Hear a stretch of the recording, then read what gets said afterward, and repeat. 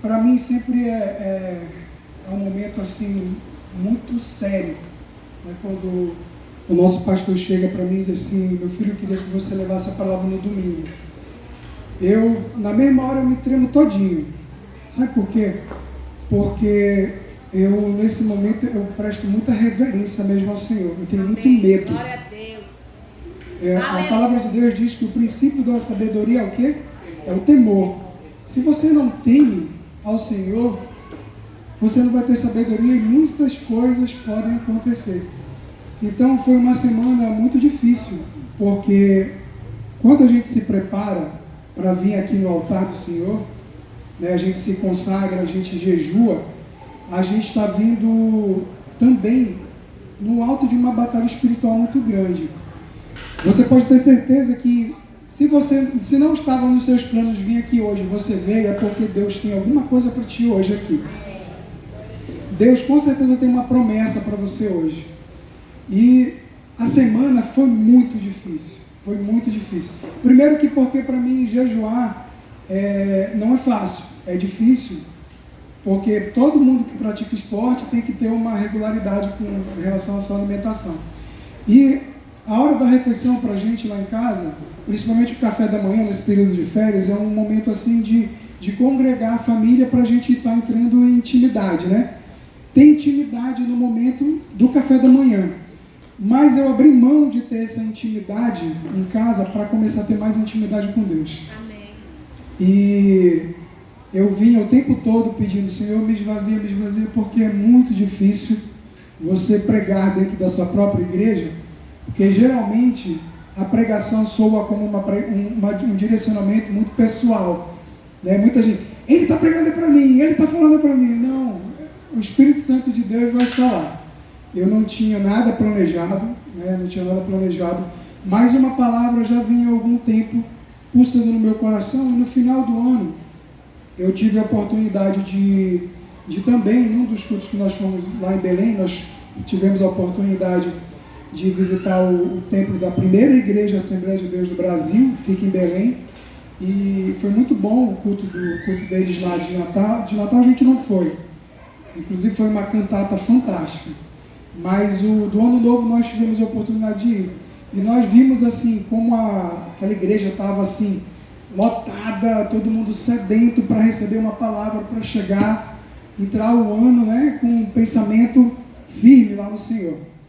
E uma palavra que eu já falei para vocês que eu quero compartilhar hoje, o tema da nossa pregação, ele vai ser em cima de Salmo 112, que eu já falei para vocês logo no início, né? Inclusive foi o salmo que nós usamos para meditação, que foi o Salmo 112. Só que nós vamos meditar também em Apocalipse 22 e depois, se a gente ainda tiver mais tempo, vamos para Romanos 1. Resumido, gente, hoje vão ser 2 pregações em uma só. Eu vou pregar sobre 2 coisas no formato de uma pregação. E o meu desejo é que esse Salmo 112, eu peço permissão para a minha pastora, para quando o nosso pastor chegar, se ele me der a permissão para transformar isso em 5 pregações. Amém. Porque não são poucas promessas que Deus tem para a igreja. São muitas promessas. Eu vou falar basicamente de todas elas hoje. Eu vou me aprofundar especificamente numa grande promessa. E as outras, se nós tivermos oportunidade em outros domingos, nós vamos nos aprofundar. Todos no Salmo 112. Mas antes de começar propriamente dito o Salmo 112, eu sei que todo mundo aqui está começando o ano cheio de perspectivas, cheio de esperanças, de ser um ano onde todos aqueles projetos que você queria realizar no ano de 2024, você vai tentar realizar agora no ano de 2025. Entre eles, eu acho que muita gente já começou a famosa dieta do início do ano. Quem planejou começar a dieta ano passado, no início do ano, levanta a mão aí. Quem planejou? 2 aqui, 1 ali. E quem já começou? Tá 100%, legal, gostei. Muito bom. Tem alguma promessa que você queria que se cumprisse lá em 2024 e não se cumpriu, que você quer que se cumpra em 2025? Levanta a mão. Ok. Aqui, eu sei que a maioria também já tem filhos, né? Então, alguém aqui já teve dificuldade na criação dos filhos? Levanta a mão quem já teve. É quase 100%, né? Alguém aqui já teve problemas com finanças? Sua vida financeira já teve algum momento ruim? Levanta a mão aí. 100% também, né? Rapaz, está dando 100%. Alguém aqui já teve problema de relacionamento com alguém no trabalho, ou na própria igreja, ou na família? Levanta a mão. Alguém aqui já teve também, de repente, alguma instabilidade emocional, alguma coisa que mexeu muito com a sua mente, em alguma parte da sua vida? Levanta a mão. 100% também? Não, 99%. Certo. E alguém aqui, durante a sua vida inteira, já teve algum momento em que viveu sem propósito? Alguém já viveu sem propósito alguma vez? Levanta a mão. Aqui, 60%. Alguém também já viveu dentro da sua vida cristã, depois que se converteu a Jesus, já viveu sem propósito também? Levanta a mão. Ou está todo mundo com propósito? Tá? Lembrando que propósito é diferente de objetivo. Viu? Eu tenho um objetivo que eu quero ler a Bíblia todinha no ano. Isso é um objetivo, entendeu? Um propósito, quando você busca, você pergunta ao seu Senhor que propósito Ele quer que você tenha na vida, onde você vem principalmente servir. Então, uma vida do crente com propósito é quando o crente serve. Então, todos os crentes que estão aqui hoje servem a Deus em algum tipo de ministério no reino? Levanta a mão. Quem serve? Quem não serve? Levanta a mão. Quem não está servindo no ministério? Certo. Então, meus irmãos, quase 100% em todas as perguntas que eu fiz para vocês, esse momento aqui de hoje é para vocês. Eu estava imaginando que a quantidade de mãos que seriam levantadas seriam menores. Mas o que Deus tem para você essa noite aqui, você pode ter certeza que vai falar forte ao seu coração. Eu peço também que você está vendo algum cinto de segurança na sua cadeira? Aperte se tiver o cinto de segurança, porque a coisa vai acelerar, tá? Vamos ter algumas turbulências durante o voo, tá bom? Mas tenho certeza que a aterrissagem vai ser perfeita e todos vão estar sãos e salvos no final dessas nossas 3 horas e meia de pregação de hoje, tá bom? 3 horas e meia, diga amém, igreja? Meus irmãos, em reverência à palavra do Senhor, vocês vão dizer assim, rapaz, esse cara ele foi pegar lá em Belém, na Assembleia de Deus, amanhã dos assembleanos ficar em pé para ler a Bíblia. Mas esse daí, eu acho que a palavra de Deus merece essa reverência, né? Vamos ficar em pé em reverência à palavra do Senhor e abram as suas Bíblias, primeiro para começar em Apocalipse 22. O último capítulo, né? O último capítulo da Bíblia para um ano que está começando, tá bom? É muito interessante o que a gente vai ler aqui. Apocalipse 22, tá bom? Antes da gente ir para o Salmo 112. Todo mundo encontrou aí? Já encontrou? Então vamos lá. O rio da água viva. No versículo 1. E mostrou-me o rio da água da vida, claro como cristal, que procedia do trono de Deus e do Cordeiro. No meio de sua praça, e de ambos os lados do rio, estava a árvore da vida. Prestem atenção aí agora, eu só quero que vocês repitam, árvore da vida. Que produz 12 frutos. Repitam, 12 frutos. Quantos frutos? Dando seu fruto de mês em mês, e as folhas da árvore são para a cura das nações. Glória a Deus. Podeis assentar. Eu queria perguntar, vocês lembram quantos frutos são? 12 frutos. Quantos meses tem um ano? 12. Será que tem alguma coisa a ver? 12 frutos, são 12 meses. Essa coisa da cronologia, da contagem do tempo sempre foi uma coisa que fascinou muito o homem. O tempo, como nós vemos ele hoje, como ele é dividido em meses, em dias, e a formatação das horas também, tudo isso não é muito antigo, tá? A parte ali do século XV para cá, tá? Principalmente com o Gregório. O Gregório foi um dos estudiosos que conseguiu fazer essa divisão do tempo baseado no nascimento de quem? Dos reis dos reis. Nada mais ele para dividir o tempo em antes dele e depois dele. Glória a Deus? Amém. Só ele para fazer isso. E ainda tem gente que não acredita nele. Mas tem que viver de acordo com o tempo que ele colocou, a ordem cronológica das coisas. Certo?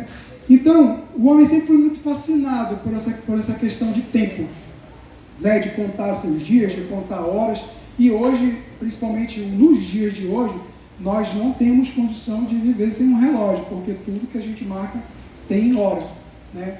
Recentemente foi descoberto lá no Amapá um sítio arqueológico bem parecido com o Stone Holdsley lá da Inglaterra, onde tem um círculo de pedras, né, que alguma civilização antiga aprendeu a controlar o tempo através do sol e a sombra que ele fazia naquelas pedras, né? Então encontraram um sítio desse também agora aqui no Amapá, recentemente. Vai virar um parque, né, um parque de conservação nacional, e vai ser aberto para visitação daqui a alguns anos. Então, contagem de tempo é uma coisa que é necessária hoje para a gente, até para que nós possamos definir metas, né? Todas as metas que nós colocamos para a nossa vida, principalmente durante o ano, nós sempre colocamos datas, e é importante você colocar data, porque se aquela data está se aproximando e você ainda não conseguiu preparar para aquela meta acontecer, então você começa a acelerar um pouquinho mais. Certo? Então, o calendário que nós conhecemos hoje, o nome dele é calendário gregoriano, em homenagem a Gregório. Mas voltando a Apocalipse 22, eu acho muito interessante que existem 12 frutos. 12 frutos para a cura das nações. Para a cura das nações. Então, meu irmão, nessa noite, eu começo a te dizer aqui que você tem lutas na vida, não tem? Todos nós temos lutas. O próprio Cristo disse, nesse mundo vocês terão aflições, nós passaremos por lutas. A gente vai ter aflição de doença, vai ter problema financeiro, vai ter desavenças, você vai ter um pneu de carro que fura no meio da rua, altas horas da noite você tem que trocar. Você sempre vai ter aflições nessa vida. Sempre você vai ter. Mas, para aquele que anda nos caminhos do Senhor, para aquele que anda debaixo da justiça do Senhor, Ele deu 12 frutos para você resolver isso que você tem para resolver durante o ano inteiro. Amém? Amém. São 12 frutos. Cada mês tem um fruto diferente.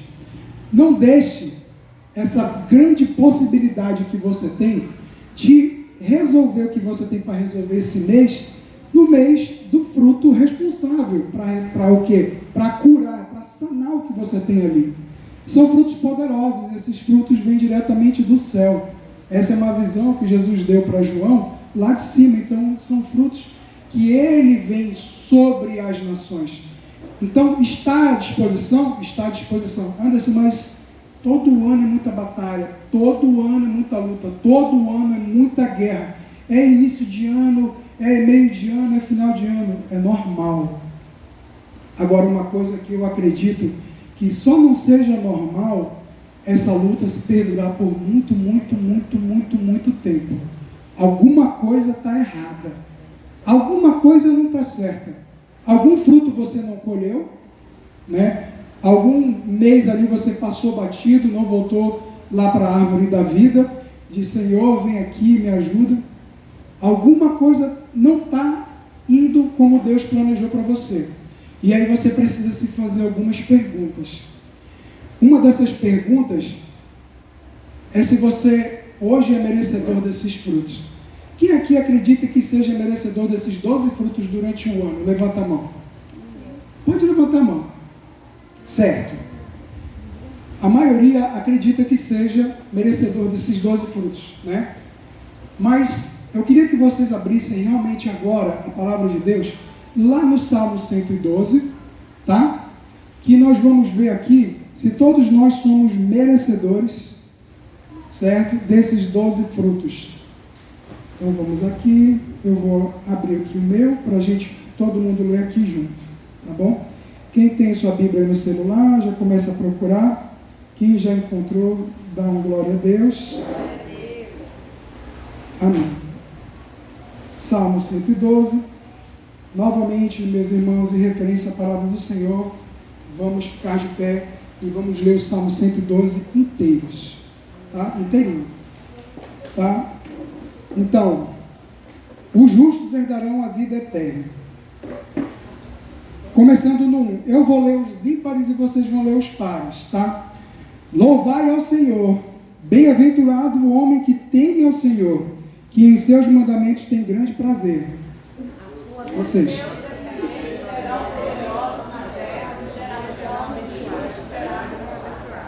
Bens e riquezas há na sua casa, e a sua justiça permanece para sempre.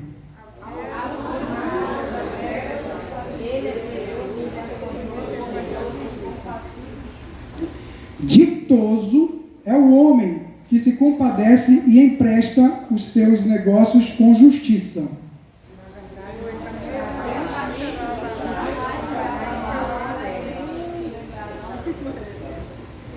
Ele não teme más notícias. O seu coração está firme, confiando no Senhor.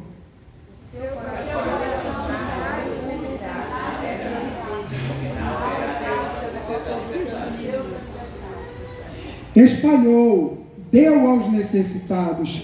A sua justiça subsiste para sempre. O seu poder será exaltado em honra.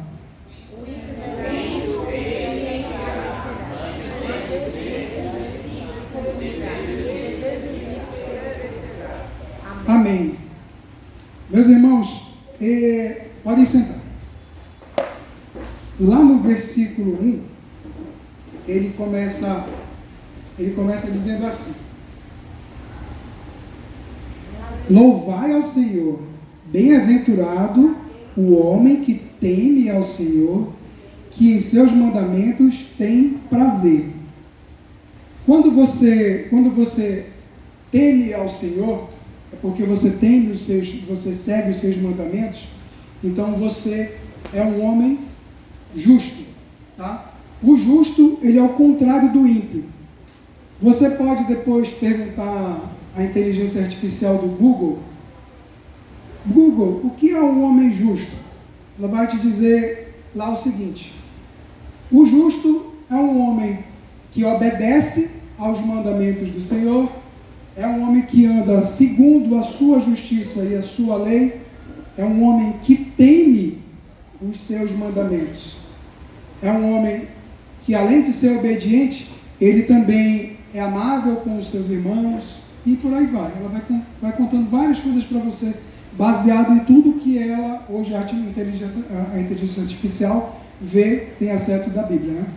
Então, você pode tirar depois essas dúvidas lá. Então, o justo também é aquele que não se senta na roda dos escarnecedores, né?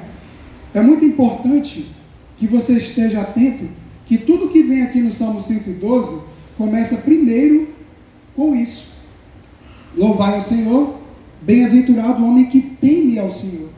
Então, se você não teme hoje ao Senhor, se você não teme o altar do Senhor, se você não dá reverência ao Senhor que o Senhor merece, se você não dobra o joelho diante do altar do Senhor, se você não dobra o joelho em casa, se você não jejua, se você não ora, se você não segue os mandamentos do Senhor, se você não lê a sua palavra, se você não obedece ao Senhor, você é justo? Oi, igreja? Você é justo? Oi? Não.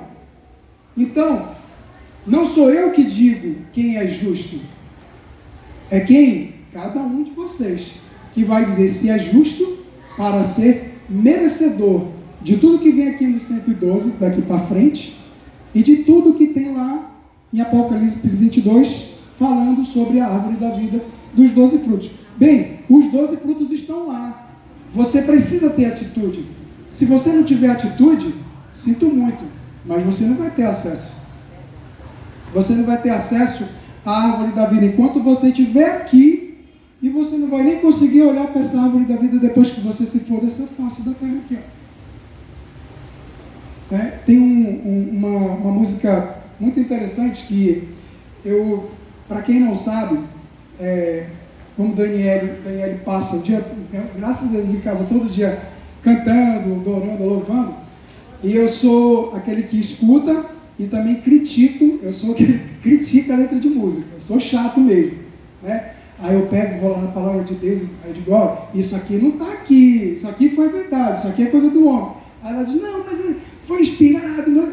É uma discussão muito saudável que a gente tem, né? A gente conversa muito sobre isso. E tem uma música que fala assim hoje, que ela está cantando direto em casa, já não se fala mais em oração, em santificação, não querem mais pregar, né? Porque pararam de falar no céu, né? É o que a gente mais vê hoje. Você bota no YouTube aí, vários pregadores só pregam prosperidade, mas não pregam o quê? Santificação. Se nós não formos santos, nós não veremos ao Senhor. Isso é um processo natural para acontecer na vida do crente, irrevogável e inegociável. Se você não busca santidade, você não vai ver ao Senhor. E esses 12 frutos estão lá, você não vai conseguir usar durante o ano inteiro. O Salmo 112 aqui que te promete, tem promessas para você, para os teus filhos, tem promessa para os teus relacionamentos no trabalho, tem promessa para a tua vida financeira, você tem promessa para a tua saúde mental, tem promessa para o teu ministério. Sinto muito, você não tem acesso. Deus, ele não abençoa, ele não vai abençoar. Ele é misericordioso, porque ele te permite acordar, né? Ei, levanta aí, ó. Está em pecado, mas te levanta. Eu te permito hoje ir trabalhar, eu te permito ir hoje fazer as tuas obrigações, cumprir com os teus compromissos, mas é isso. Você hoje vai só fazer o que você tem que fazer, mas as bênçãos que eu tenho para você, eu estou esperando você primeiro se santificar. Amém. Se santifique. Se você não está santificado, nem entre na presença do Senhor. Eu e Daniel, a gente conversa muito sobre isso. Graças a Deus, Deus tem operado muito, muito na minha vida. E hoje, eu passo ali, a primeira coisa que eu faço, não para que ninguém me veja, mas porque aqui está a glória do Senhor. Eu chego bem ali e me ajoelho. Peço licença. Porque a casa do Senhor, nós não estamos reunidos na casa do Senhor, é a casa do Senhor. É a casa do Senhor. Aqui nós devemos de reverência, nós devemos de respeito. Se você não tem essa reverência, você não tem esse respeito, você começa a achar que tem muita intimidade demais com Deus. Daqui a pouco você, ao invés de estar chamando Ele de Senhor, você está chamando Ele de meu chapa. E Deus é um Deus o quê? Lá de cima, onipotente, onipresente, onisciente. Ele é poderoso, Ele é o Criador dos céus e da terra, Criador de tudo. E Ele merece toda a sua glória, sua honra e majestade. Aleluia! Não é um amigo seu que você bate no ombro e você... Não. Você pode se tornar amigo de Deus? Pode. Mas antes de você se tornar amigo, para você se encher de intimidade, você tem que primeiro temer a Ele. Glória a Deus. Tira as tuas sandálias, porque a terra que tu estás pisando é terra santa. Glória. Santa. Amém. E o altar do Senhor, em muitos lugares que a gente tem visto por aí, a gente vê na internet todo dia, Instagram, uma loucura. O altar do Senhor sendo profanado. E as pessoas não têm mais medo disso. Ficou comum. Um dia desse, todo mundo viu. Vocês viram? Uma moça chegou lá na frente com uma lista, um monte de papel na mão, e ela falou o quê? Começou a distribuir na mão de todo mundo, disse, olha, eu queria dizer aqui que a irmã fulana de tal, a levita está com o meu marido e está ali com a esposa do outro. Meu Deus, isso é loucura. As pessoas perderam o temor a Deus. Não se sente mais medo do peso da mão de Deus. Isso é uma coisa que me entristece, porque a igreja do Senhor Jesus que nós estamos representando. Eu chego toda segunda-feira no meu local de trabalho e boa parte dos meus clientes não são crentes, aí diz assim, tua igreja aí, os teus irmãos aí de outras igrejas que estão fazendo, me mostram, no Instagram me mostram essas coisas, me mostram coisas de pastores, mundo afora, e por aí vai. Aí eu tenho que dizer, meu irmão, mas isso não é o Evangelho. Isso aqui é outra coisa, menos o Evangelho. Meu irmão, tema ao Senhor, dê a Ele o temor que Ele merece, nós devemos temor a Ele. Eu já preguei aqui uma vez sobre isso, sobre Pakhad e Irad. São dois tipos de temor que você tem. Um você corre, o outro você se aproxima e se ajoelha e se prostra. Quando você tem medo de um trovão, né? No hebraico é um Pakhad. Quando você corre do trovão, você se esconde. O temor ao Senhor é o Irad. Ele está aqui, está ali o Senhor, está ali o altar do Senhor. Você chegou ali, se ajoelha. Preste reverência. Não é qualquer lugar que você está entrando.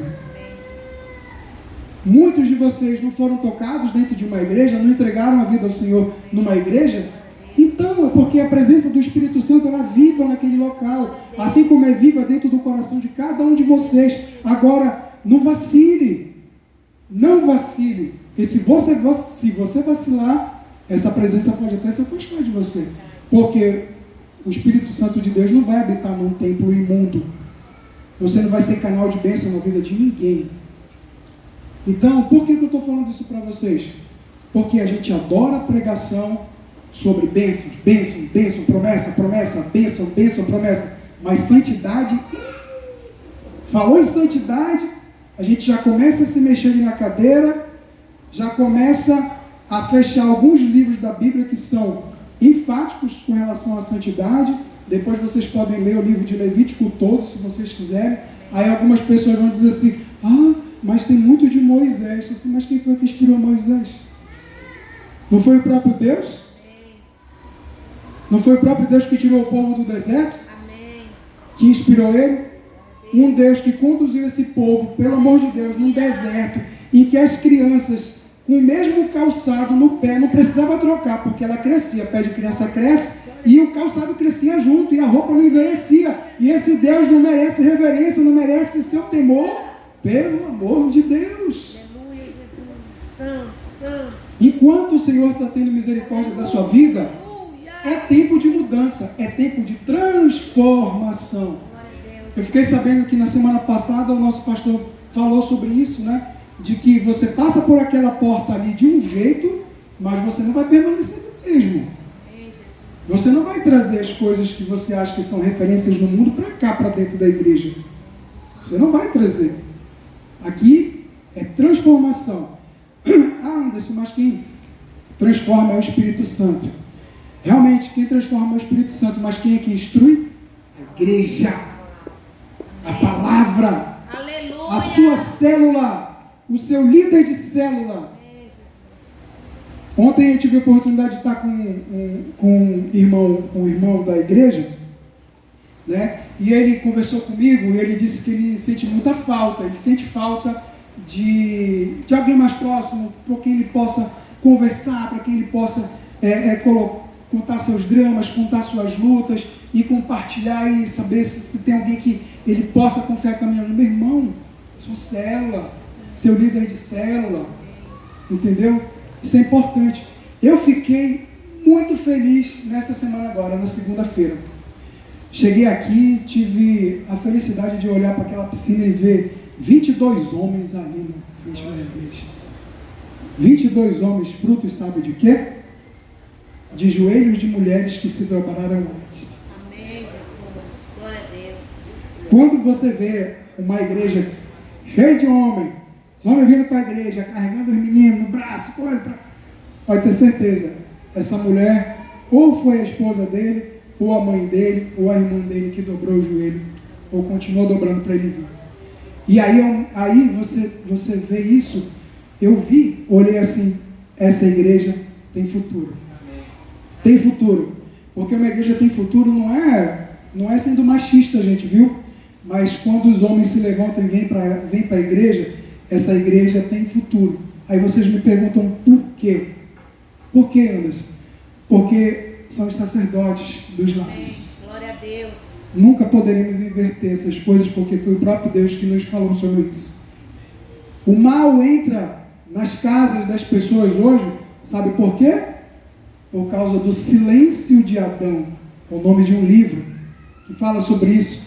Onde é que Adão estava quando Eva foi lá, que foi seduzida pela serpente, e ela pegou o fruto proibido, comeu e deu para ele? Onde é que ele estava? Ele devia estar onde? No cangote de Eva. Onde é que tu vai? Para cá, para cá, para cá, para cá. Você é o sacerdote do lar. Aleluia, Jesus. Você é o sacerdote espiritual. É o que eu sempre falo, converso muito com alguns amigos. O sacerdote da casa não é só aquele que traz a provisão, não é só aquele que traz o sacerdócio de proteção física, mas também aquele que dá o amparo espiritual. Eu fico muito incomodado quando é a minha mulher que está puxando um culto familiar, um culto doméstico, porque devia vir de mim. Eu digo, não, vamos lá. Eu tenho que ser o primeiro a dobrar o joelho, eu tenho que ser o primeiro a abrir a palavra. Então, eu fiquei muito feliz nessa segunda-feira.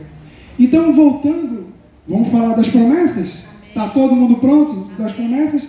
Então, vamos lá. Esse ano de 2025 será o ano de 5 grandes promessas que Deus tem para a sua vida, meu irmão. A gente já começou aqui lendo Apocalipse 22, que você tem ali 12 frutos, cada fruto relativo a um ano.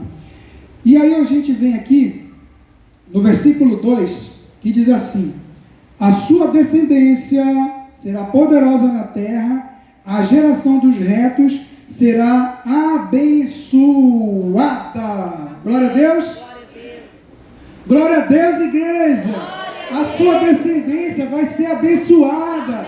Os filhos que você tem aqui na terra vão ser prósperos. Nada vai faltar para eles. Amém? Amém. Quando a gente fala que essa geração vai ser próspera, né? Você sabe que um dia você não vai estar mais aqui como eu, mas eles vão estar. Mas eles vão estar vivendo em prosperidade. Isso é uma promessa do Senhor para o homem que teme a Deus, o homem justo, o homem reto. Amém, não é o homem pecaminoso, não o homem ou a mulher que não anda segundo os caminhos do Senhor. Não aquele que não resiste quando vai passando ali na porta daquele lugar que começa com M e termina com El, não resiste e entra. Mas é aquele que passa na frente e diz: está amarrado no nome do Senhor Jesus, Deus tem coisa melhor para mim. Amém, Senhor. Então, antes, se desvie desse caminho para que você não fique fora da visão de Deus. Amém. Então, é muito importante eu acho muito interessante que a ordem que o salmista coloca é uma ordem fenomenal. Ele vem primeiro te dando uma promessa sobre a tua descendência, os teus filhos, os teus netos, os teus bisnetos, os teus trinetos. É um negócio muito forte. Quando Deus ele estende uma promessa para ti, ele estende uma promessa, sabe para quantas gerações? 5 gerações. Amém, Jesus. São 5 gerações. Não é apenas a geração do teu filho que tu conhece, mas é o teu trineto que nem vai saber se tu existiu um dia. Mas são 5 gerações. Um homem crente ao Senhor, um casal crente ao Senhor, um homem e uma mulher, como Deus os fez, quando eles procriam, 2 filhos nascem. Sabe quantas pessoas vão vir desse casal? Sabe quantas pessoas vão vir? 1.200 pessoas, no mínimo. Já vou dizer para vocês que 4.800 pessoas é a descendência desse casal. Eu já fiz a conta, viu, Líbia? Já fiz a conta. Porque era para fazer filho, o homem que logo povoar a terra. Ele e Silvia ali capricharam. Então, são muitos filhos. Então, Lisboa andando no caminho do Senhor, ele tem uma promessa para os netinhos que já estão começando, que já vieram, que estão vindo, que acabaram de chegar, para os bisnetos, que eu tenho certeza absoluta que Deus vai proporcionar saúde para eles verem. Amém. E quem sabe seus trinetos também. Então, isso é muito sério, igreja. Glória a Deus. Isso é muito sério. Amém. A sua descendência, ela vai para 1.200 pessoas, pelo menos. Pelo menos. E essa sua geração que já está presente hoje, é uma geração que você está presente também junto com ela, e você tem que ensinar o que é certo e o que é errado. Amém. Papai, isso pode? Não pode. Está errado. Não dá para ser. A minha filha, Esther, ela é muito questionadora. Ela diz assim para mim: papai, mas lá na minha escola tem uma amiguinha que pegou, deu um beijinho da boquinha de outra. Pode, papai? Não pode, está errado. Me explica, papai, por que não? Estava lá em Belém, isso foi agora. Aí peguei um imã que meu pai tem, meu pai usa um imã para segurar moedas embaixo de uma latinha que ele vai acumulando na sala. Aí eu peguei, o imã estava quebrado, um imã grosso, né? Aí eu disse assim: meu amor, tenta juntar essas duas pontas aqui. Eles estavam com o mesmo polo. O imã não encostava de jeito nenhum. Eita, papai, o que é isso? É isso que você... Ah, papai, agora estou entendendo o que você está querendo me dizer. Menina, menina, não. Menino, menino, não. Agora vira, minha filha.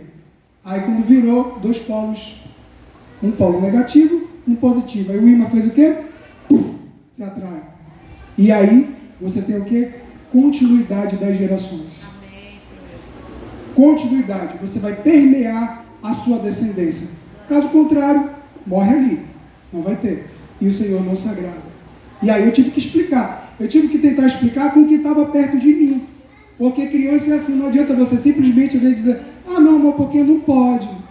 E eu não vou dizer para ela que a Bíblia fala que não pode. Lá em Romanos 1 vem dizendo sobre isso. Em Gálatas vem falando. Levítico 20 também fala sobre isso, né? Que o Senhor não se agrada das relações, né? Homem, mulher, foi feito o homem para a mulher. E aí vai lá em 1 Coríntios, no capítulo 7, Deus fala que o corpo do homem foi feito para a mulher, do homem foi feito para ele, vice-versa, e eles têm que procriar, e aí por aí vai, e vocês, todo mundo sabe, isso aqui é a igreja ensina, o Espírito Santo confirma e te conduz, amém? Amém. Amém, igreja. Glória a Deus. Se você tiver alguma dúvida com relação a esses assuntos, depois a gente pode conversar, Amém. tá bom? Certo, então, quando a gente fala sobre essa questão de descendência, que é importante, é a primeira grande promessa para esse ano, daqui a pouquinho eu vou me aprofundar um pouquinho mais. Mas existe uma segunda promessa que o Senhor Deus, ele vem aí no Salmo 112, e aí eu queria que vocês acompanhassem. Diz aqui: bens e riquezas há na sua casa, a sua justiça permanece para sempre. A gente já falou da prosperidade, nada vai faltar na tua casa. Assim como teve um café da manhã hoje na sua casa, vai ter amanhã. Glória a Deus. Não se preocupe com isso. O Senhor é fiel e justo. Amém. Para que não deixe faltar nada na sua mesa. Aleluia. Ah, mas tem um cartão de crédito que vai vencer. Meu irmão, o meu já venceu. O meu já venceu. Só que eu estou aqui, tranquilão, porque eu sei que meu dinheiro vai cair ou na segunda ou na terça-feira, aí eu vou pagar, e depois tranquilo. Entendeu? Atrasa quando a gente viaja, né? Quando você viaja, você geralmente gasta às vezes um pouco mais do que você estava planejando. É normal isso acontecer. Então, segundo a promessa do Senhor, bens e riquezas não vão faltar na tua casa. É um ano de prosperidade para você. É um ano onde a igreja tem que experimentar sobre isso. A igreja tem que experimentar de prosperidade. Hoje, eu estava vendo a aflição de Daniele, da minha esposa, e também junto com a nossa pastora, que todo domingo tem, para arrecadar aquele montinho para a gente conseguir quitar a limpeza. Não é para acontecer isso, meu irmão. É uma igreja que tem que pensar na prosperidade. Para frente, nós somos filhos do dono do ouro e da prata. Nós vamos ser prósperos. Não é para atrasar nada. É para atrasar? Não é para atrasar. Porque Deus, Ele é o que? Misericordioso com todos nós. Não nos deixou faltar. Não nos deixa faltar. Então, eu venho aqui, caiu meu dinheiro. Na mesma hora que cai, aí eu passo o comprovante lá para a pastora, passo para a Isabel, pum, já fiz a minha parte. Não é para faltar. Mas, às vezes falta porque nós mesmos às vezes não reconhecemos que Deus tem sido misericordioso para conosco. E aí a fidelidade da gente para com Deus não é a mesma dele para conosco. Eu não vou dizimar, sabe o que acontece? É porque geralmente o crente não trata o salário dele e o dízimo como premissa. Premissa é ultimícia ou primícia? É primeiro. Caiu na tua conta o teu salário, dizima na mesma hora.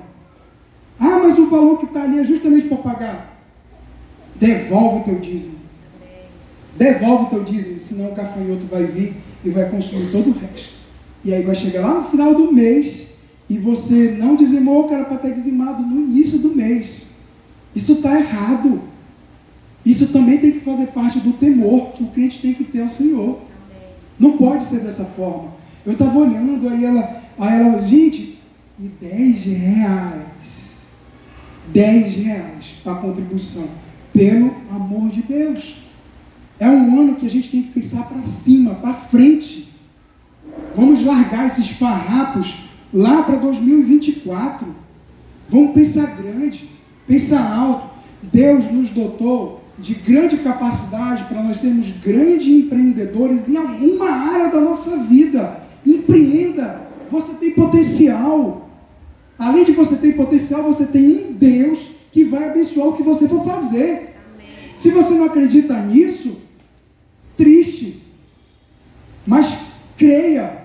A gente tem que mudar. Aleluia. Não só a nossa vida financeira, mas abençoar a casa do Senhor e também abençoar quem está do nosso lado. Abençoar os nossos vizinhos. Olha, aqui na frente, acho que no versículo 7, vem dizendo que o homem que empresta, ele é ditoso. Não, no versículo 5. Eu vou ler o 4 aqui. Aos retos nasce luz nas trevas. Aos retos, tá? Ele é compassivo, misericordioso e justo. Aí vem no 5. Ditoso é o homem que se compadece e empresta, que conduz os seus negócios com justiça. Você quer ficar bonito? Quem aqui quer ficar bonito? Empresta R$500 para alguém. Empresta 1.000. Você fica lindo. Ditoso, que a Bíblia fala aqui, se refere à beleza.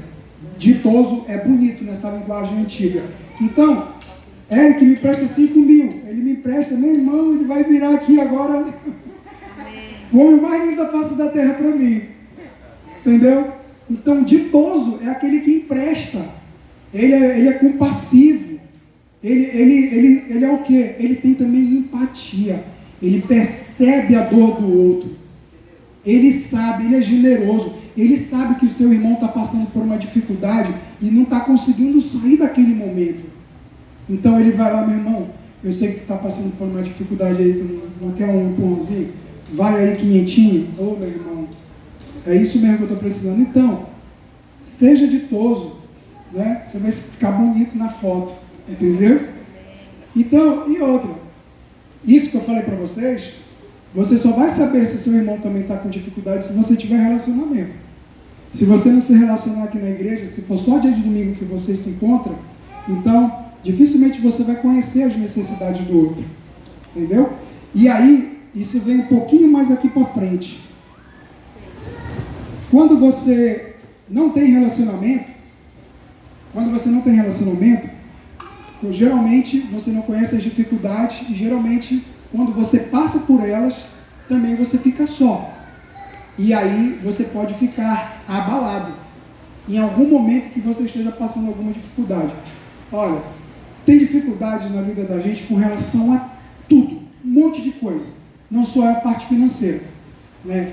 Homens, eu falo porque sou homem, sou casado e não tem coisa que o diabo mais queira na vida do que destruir uma família, não tem? Não tem? É a coisa mais visada pelo diabo, é destruir a família. Porque a família, ela é que vai gerar as 1.200 pessoas minhas e as 4.800 de Lisboa e Silvia.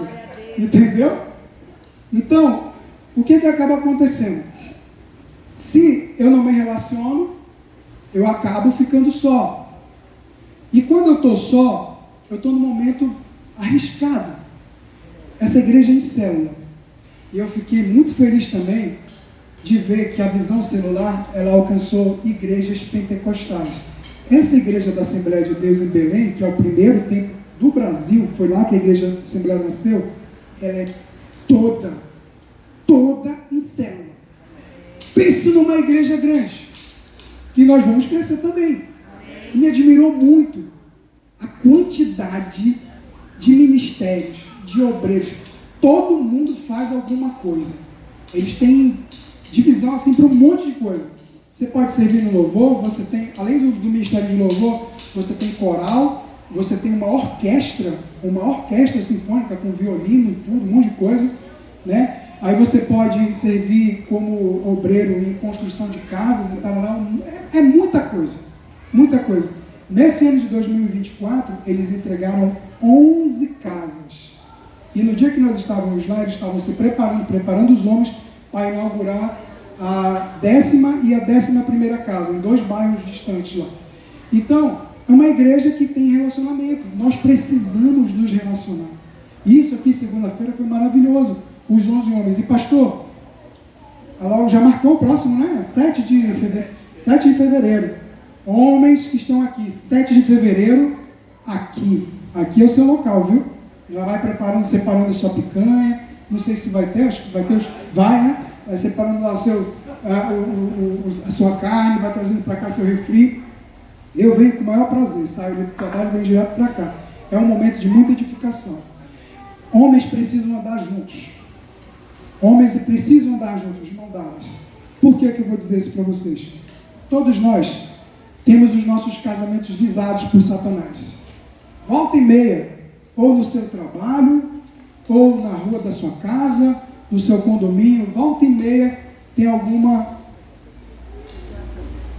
interessada lá em destruir o teu casamento, né? Alguma mulher que te olha diferente, que de vez em quando te solta um elogio, e aí você fica todo ditoso, né? Aí você se alegra, né? Mas te acalma, varão. Te acalma, muita calma nessa hora, porque esse caminho aí é torto. Aí é queda na serra.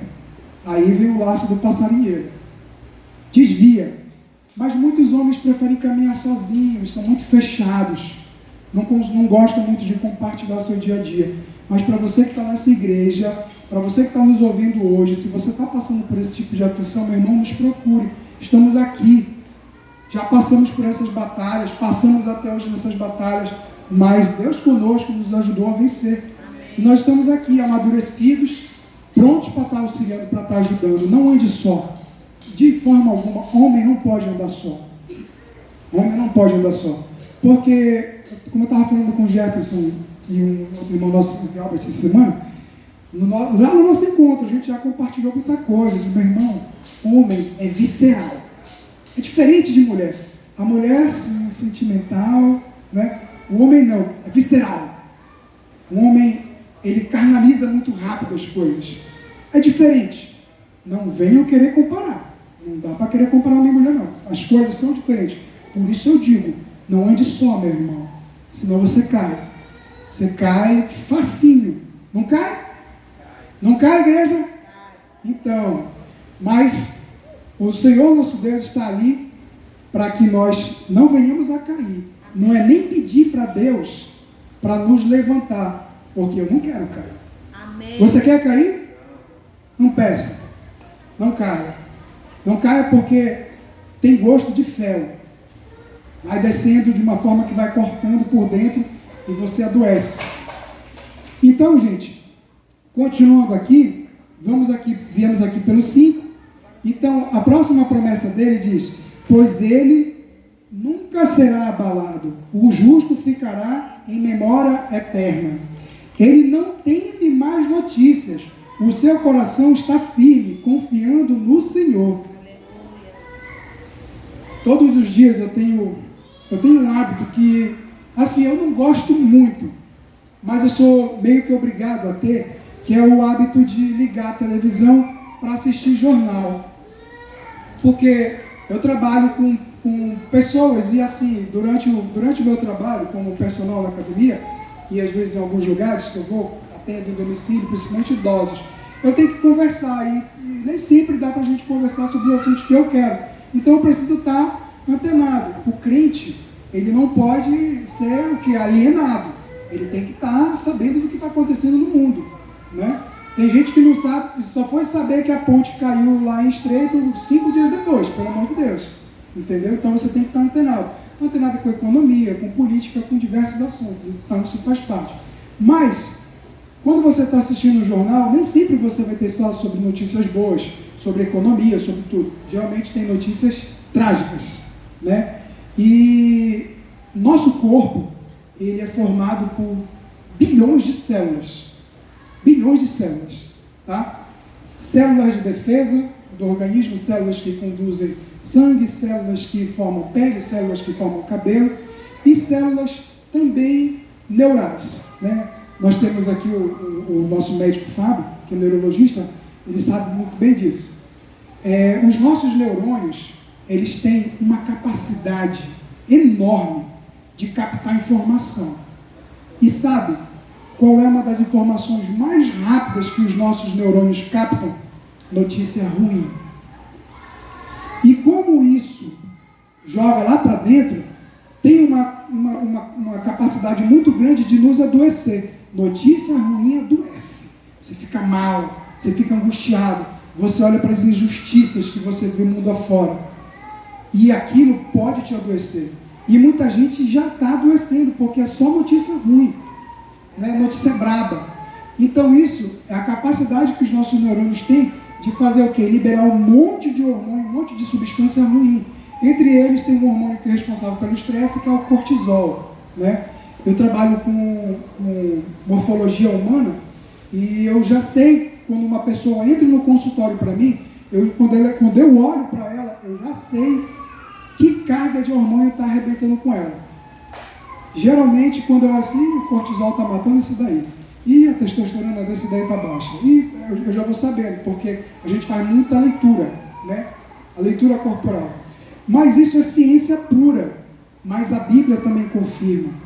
Entendeu? O coração do justo não vai se abalar com notícia ruim. Isso é mais uma promessa que Deus tem para a sua vida. Mais uma promessa. Deus, ele já te mostrou aí uma promessa sobre a tua descendência. Deus, ele já te mostrou uma promessa sobre as tuas finanças. Deus já mostrou promessa sobre relacionamentos frutíferos que você tem que ter nesse ano, que você vai ter nesse ano de 2025. E agora Deus vem dizer que as notícias ruins, elas não vão te abalar, porque tu tens um Deus que é soberano, um Deus que pode todas as coisas, um Deus que sabe de todas as tuas necessidades, um Deus que não vai fazer você fraquejar, um Deus que não vai fazer você desistir, um Deus que é misericordioso. É um Deus que é soberano, Ele pode todas as coisas. Então isso é promessa do Senhor para a sua vida. Isso é uma quarta promessa.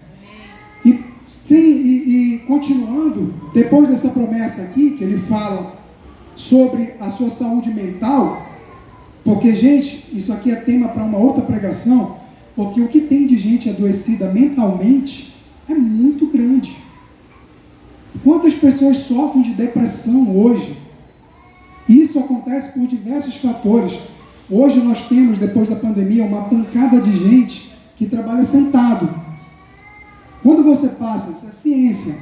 Eu tive a oportunidade de ter acesso a esse estudo em 2017 em São Paulo, num simpósio internacional, lá no Hospital das Clínicas, que eu participei e tive a honra de conhecer o Dr. Jack Wilson dos Estados Unidos. Ele é cardiologista, trabalha no Instituto de Cardiologia lá do Colégio Americano de Ciência do Esporte.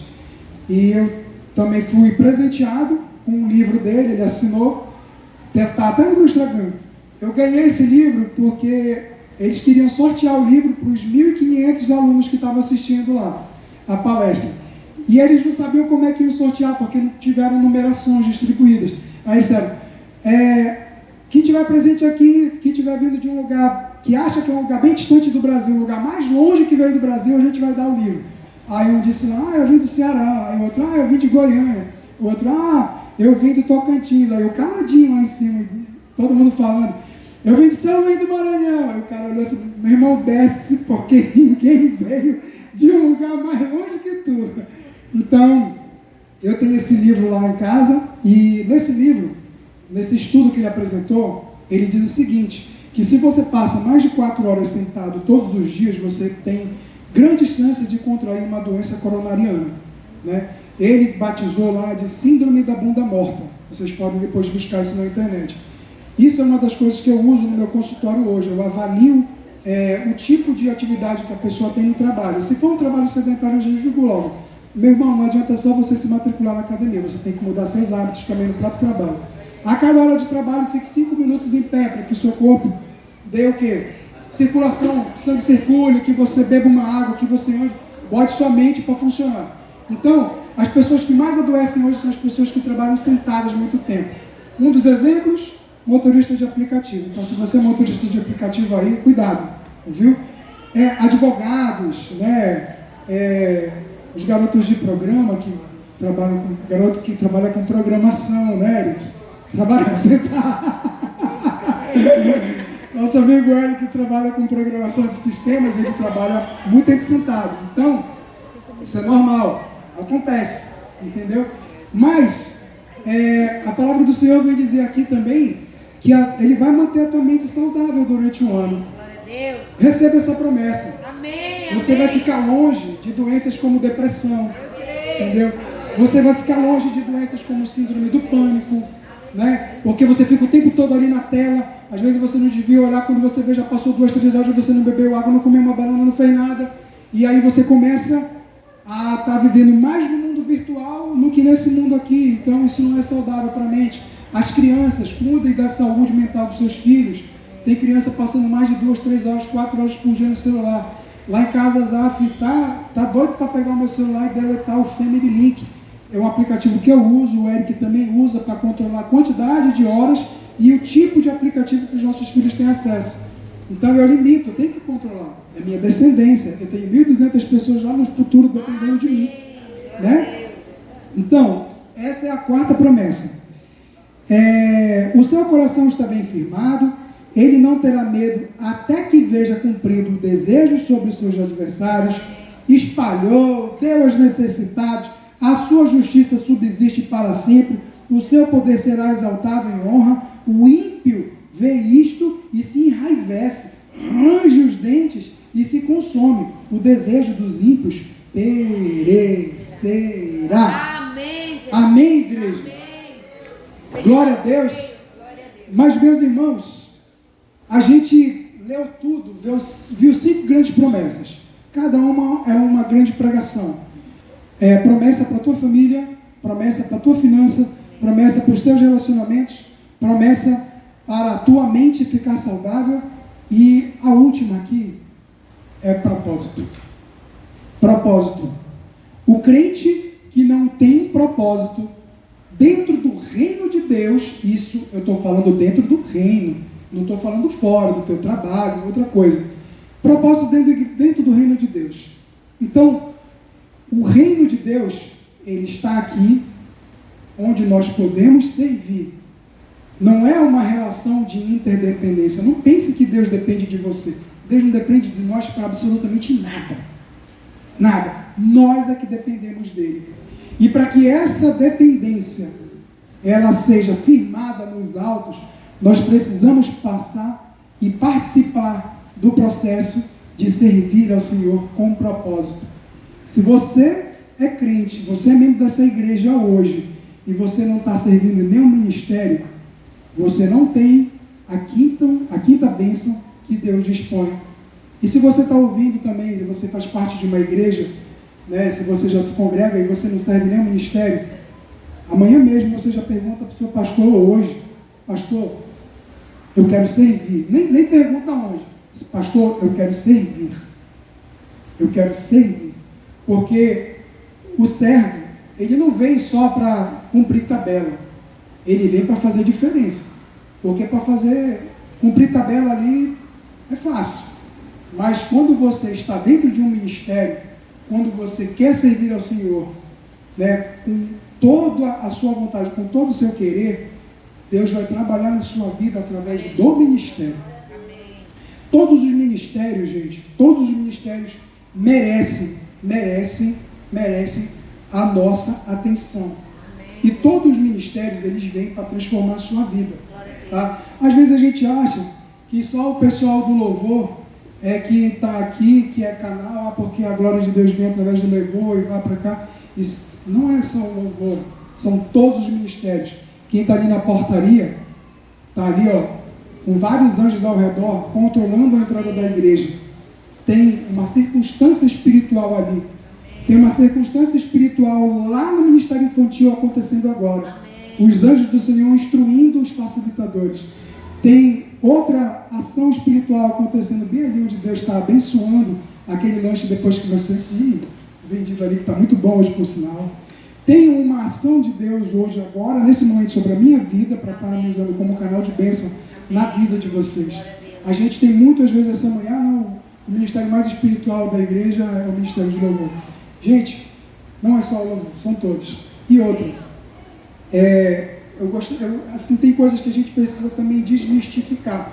Existem alguns posicionamentos teológicos hoje, que isso é base para discussões teológicas e até para futuras pregações, sobre ministério de louvor, né?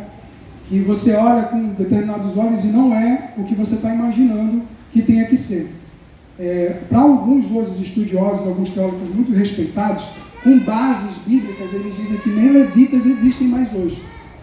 Aí quando você vai parar para pensar, ele pode ter razão. Porque se quem está aqui fosse levita, teria acesso à Arca da Aliança, né? Estaria no centro de uma unção, onde o Santos dos Santos viria, eu diria com toda a riqueza para vocês. Os levitas não são só, se você for abrir, se você for ler a palavra, você vai ver que levita não era só quem cantava. Até quem cuidava também de portaria, cuidava de outras ordenações, também fazia parte dos levitas. Então, boa parte de nós seríamos consumidos só de chegar aqui, ó. Porque nós pecamos, nós somos pecadores. Nós não somos dignos de carregar a Arca da Aliança, né? A gente não pode esquecer do que aconteceu com Nadab e Abiú, que fizeram uma adoração estranha ao Senhor. O que aconteceu? Eles foram consumidos na mesma hora. Daí vem a importância. Você quer servir? Sirva com reverência. Você quer vir para cá? Você quer vir para o altar do Senhor? Você quer subir, você quer cantar, você quer pregar, você quer orar? Tenha reverência. Nadab e Abiú foram consumidos pelo fogo santo. E hoje falta muita reverência. Estou voltando lá no início da nossa pregação. Santidade. As pessoas não se desviam mais do mal. As pessoas acham que muitos pecados hoje são normais. Não, está normal, Deus já me perdoou daquilo que eu fiz. Não, meu irmão. Você tem que botar a mão na sua cabeça, a mão na sua consciência e ver o que você está fazendo para saber se você está sendo bênção ou maldição na vida das pessoas. Sabe por quê? E aí eu já quero me encaminhar aqui para o final, tá? Porque se você quer uma descendência saudável, você precisa andar na linha. Você precisa andar na linha. Quando você está dentro de um barco, aí é a área do Lisboa, e esse barco está ali em águas turbulentas, vem tempestades, tem alguma coisa de errada, você tem que saber o que é. Às vezes você tem casas desestruturadas, você tem empresas desestruturadas, igrejas desestruturadas. Sabe por quê? Tem alguma coisa errada nesse barco. E aí eu peço para que vocês depois leiam com calma, é muito rápido, o livro de Jonas, que aí eu quero finalizar. Inclusive eu esqueci de dizer para vocês, o livro de Jonas sobre a pregação de hoje. Por que eu quero finalizar com Jonas? As suas atitudes, elas vão influenciar diretamente nos 1.200 que vão vir pela frente, da tua descendência. Sabe por quê? Quando Deus fala para Jonas, vai para Nínive, pregue em Nínive, o que é que ele fez? Ele foi para Tarsis, que era o caminho oposto. Ele não obedeceu.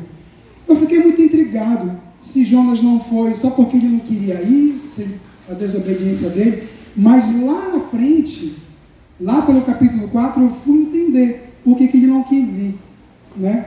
Mas ele pecou contra Deus, ele desobedeceu. E aí ele entrou num barco, no caminho de Tarsis, em direção a Tarsis. E aí o que é que aconteceu com o barco? Começou a balançar, as ondas lá em cima. Não sei se Lisboa já pegou isso embarcado muito, né, Lisboa? Dá medo, não dá? Dá medo. E olha que tu viajava num naviozão enormezão, não era esses barcos, né, que existiam antigamente, né? Meu Deus do céu. Então, começou um rebuliço dentro do barco, e aí todo mundo, meu Deus. E interessante que as pessoas que estavam naquele barco, a maioria não era crente, não serviam a Deus, eram outros deuses. A Bíblia fala com riqueza de detalhes que eles oravam cada um para o seu Deus. E o negócio não se resolvia. Tem alguma coisa errada aqui, não está dando certo. E você na sua empresa, a empresa não está dando certo, as contas não fecham, na minha casa não está dando certo, a conta não fecha, não bate, na minha igreja está tendo rebuliços, e é isso, é problema daqui, problema de lá. Vamos investigar. Amém, Senhor. Tem um Jonas dormindo lá embaixo.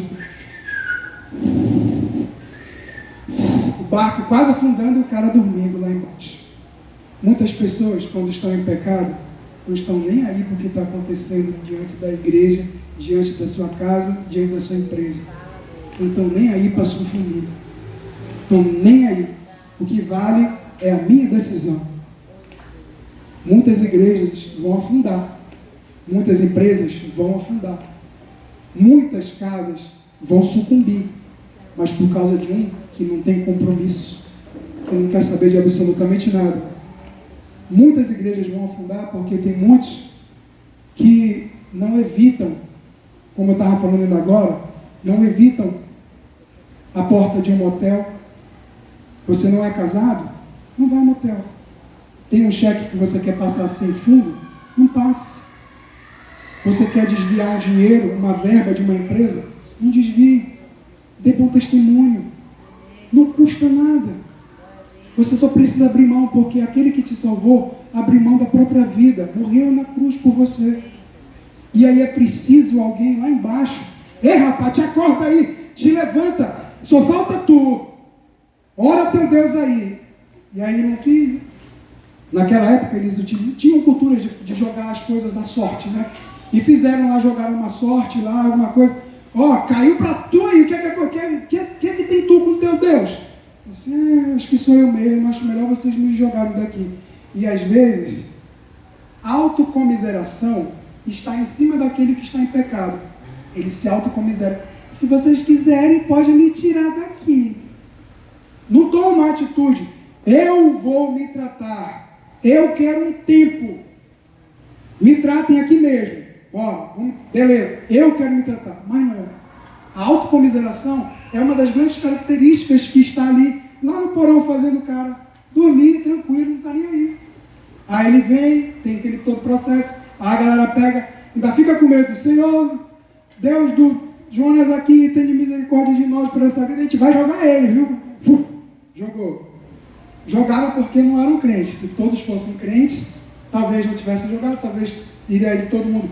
Ó, vamos conversar, vamos voltar esse barco inteiro para Nínive. Todos os crentes aqui vão pregar em Nínive, não Jonas sozinho, mas todo o barco. Amém. A palavra de Deus é perfeita, me arrepia. Aleluia, Jesus. Então, ele vai para Nínive e chega lá, aí ele começa a pregar. Mas lembrem que a mensagem que Jonas vai pregando em Nínive é: só falta 40 dias para Nínive ser o quê? Afundada, destruída, acabada. Só falta 40 dias, e ele andava. Foram 3 dias, né? Eu acho muito interessante Jonas, porque Jonas, ele é o que Jesus fala. Lá em Mateus, ele diz que ele é o antídoto dele. Né? Essa expressão, ela significa dizer de que ele fala dele num outro momento, ele representa ele num outro momento. É como se fosse a ceia do Senhor. Hoje o pão e o vinho representam quem? O sangue e o corpo de Cristo. Então são antídotos do Senhor. Então Jonas é a mesma coisa, é o único profeta que Jesus faz referência de ser seu antídoto, é Jonas. Por quê? Jonas, ele diz, fui jogado nas profundezas, durante 3 dias eu passei, eu vi a base dos montes e tarará, tarará, tarará. 3 dias depois ele voltou. Então, 3 dias e 3 noites. Quem foi que passou 3 dias e 3 noites e depois ressuscitou? O próprio Jesus. Glória a Deus. Isso é muito forte. Observe se seu barco está prestes a naufragar. Tem alguém dormindo lá embaixo que não está nem aí. Você é igreja. Vá advertir. Se você, teu irmão, está em pecado, se você vai até onde ele, você conversa com ele, quer que a Bíblia fala, você ganhou seu irmão. E se ele se arrepender, você ganhou seu irmão. Ele vai se arrepender. Aí você ganha seu irmão. Mas se você fizer vista grossa para o pecado do seu irmão, ó, o barco vai afundar, você vai afundar junto com ele. E aí, igreja, a posse, para você tomar posse dessas 5 bênçãos que Deus tem para a tua família durante 2025, é que você seja justo, que você seja reto, que você não esteja, ó, como Jonas diz, obedecendo a Deus, mas que você obedeça aos mandamentos do Senhor, para que você possa prestar reverência ao Senhor. E outra coisa, se arrependa do que você fez. Se arrependa enquanto é tempo. Porque uma das características do justo é o arrependimento. Você pecou, entrou por aquela porta, se arrependeu, aí, meu irmão, você vai ter transformação. Mas se você não tiver arrependimento, você não vai ter transformação. Você precisa se arrepender. Arrependa-se do que você fez. Aleluia. E aí, meus irmãos? Glória a Deus. Cadê o ministério de louvor? Amém, Jesus. Pode vir, vem. A gente vai estar encerrando agora, meus irmãos. Mas eu não quero que você saia daqui. Vocês entenderam que realmente teve praticamente 2 pregações em uma. Amém. Uma falando sobre prosperidade, né? Uma falando sobre as bênçãos que o Senhor tem para a sua vida em 2025, mas que essas bênçãos elas estão atreladas a outra pregação que foi sobre santidade. Amém. Então, meus irmãos, se você veio aqui hoje, você veio porque o Senhor queria que você escutasse isso. Aleluia. Você veio porque o Senhor tem um propósito muito grande na sua vida. E eu queria terminar, pastora, se a senhora me permitir projetar, só aqueles 2 slides, só para a gente finalizar. Quando um homem ele é justo, ele teme ao Senhor, a descendência dele se espalha sobre a terra. 1.200 pessoas, no mínimo, vão ser frutos das ações desse homem.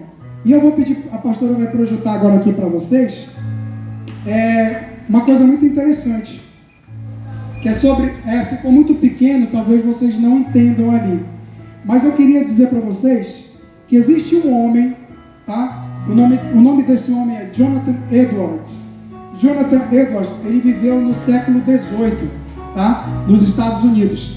Ele foi um homem muito temente a Deus, um cara crente, eram 11 filhos, ele era o 5º filho desses 11, e ele sempre foi muito temente a Deus.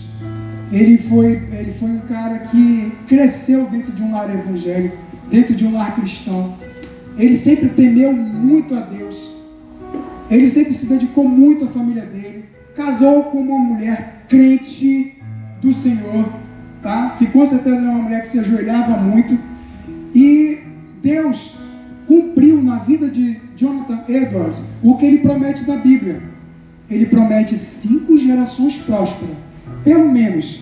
Aí, foi feita uma investigação sobre a vida dele e tem diversos estudos. Depois venham com curiosidade ver aqui, eu vou dar as referências para vocês sobre Jonathan Edwards. E ele foi responsável pelo grande avivamento que teve nos Estados Unidos nessa época. E aí eu vou dizer aqui para vocês que praticamente não teve nenhum infrator nos descendentes de Jonathan Edwards. Sabe quantas pessoas foram descendentes da união dele com a esposa? 1.394 pessoas foram descendentes de Jonathan Edwards. Foi tão grande que não parou na 5ª geração. Foram 8 gerações que foram abençoadas com a vida desse rapaz, desse homem, porque ele era temente ao Senhor, ele honrava a Deus. Dessa geração veio 100 advogados, 30 juízes, 13 reitores de universidades, centenas de professores, desses 65 professores universitários, 62 médicos, 75 oficiais da Marinha e do Exército Americano, 100 pastores, missionários e professores de teologia, 80 homens eleitos para cargos públicos, incluindo 3 prefeitos, 3 governadores, vários membros do Congresso, 3 senadores, ministros para países, um controlador do Tesouro dos Estados Unidos e um vice-presidente dos Estados Unidos da América, Aaron Burr, que foi vice-presidente de Thomas Jefferson, o 3º presidente dos Estados Unidos. E ainda teve 60 escritores de destaque com 135 livros de mérito. Não é um homem que se dedicou para Deus? Agora, existe sempre um outro lado. Existe um lado que não quer saber dos caminhos do Senhor. É um lado que às vezes tem oportunidade, mas não quer. É um lado que não resiste às tentações, não resiste às propostas maliciosas, às propostas que derrubam igrejas, ministérios, famílias e empresas. Existiu na mesma época dele um homem que não quis saber de nada disso, Maxi Dukes. Sabe quantos descendentes ele teve? Apenas 540 descendentes. Ele viveu e apenas 310 pessoas da família dele, desses 540, 310 morreram na maior miséria. Desses, 200 terminaram seus dias vivendo de esmolas em asilos. 150 foram criminosos. Desses, 76 foram julgados e condenados à prisão, em média por 13 anos. Desses, 7 foram assassinos. 60 foram ladrões e assaltantes. 18 viveram às custas de mulheres em bordéis. 100 foram bêbados, contumazes. 2 foram loucos furiosos. Apenas 20 aprenderam uma profissão e 10 o fizeram nas prisões. Então, meus irmãos, eu vou dizer uma coisa para vocês. Eu quero que a minha descendência seja do Jonathan Edwards. Tome muito cuidado. Você está aqui hoje porque Deus queria que você tivesse acesso a essa promessa, a essas promessas e essas informações. Faça 1.200 pessoas daqui para frente prósperas. Pessoas que renunciam a convites indecorosos. Pessoas que se deleitam na palavra do Senhor. Pessoas que se ajoelham diante do Pai. Pessoas que chegam domingo na sua igreja e antes de sentar o bumbum na cadeira, se ajoelham no chão e pedem licença para entrar no altar do Senhor. Levante, igreja, vamos adorar o Senhor.